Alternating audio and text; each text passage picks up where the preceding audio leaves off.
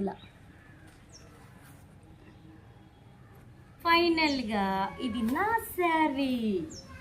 Lavender కలర్కి pink border వచ్చిందండి. చూస్తున్నారా, సేమ్ పళ్ళుకి ఇలా వేయించేసుకున్నాము. ఫంక్షన్ కదా, ఆ మాత్రం ఉండాలని చెప్పి అందరం కూడా గ్రాండ్గానే వెళ్ళిపోయామని చెప్పాలండి.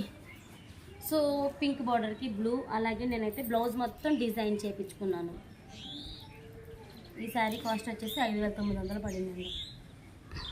ఇది చెన్నై షాపింగ్ మాల్లో తీసుకున్నాం.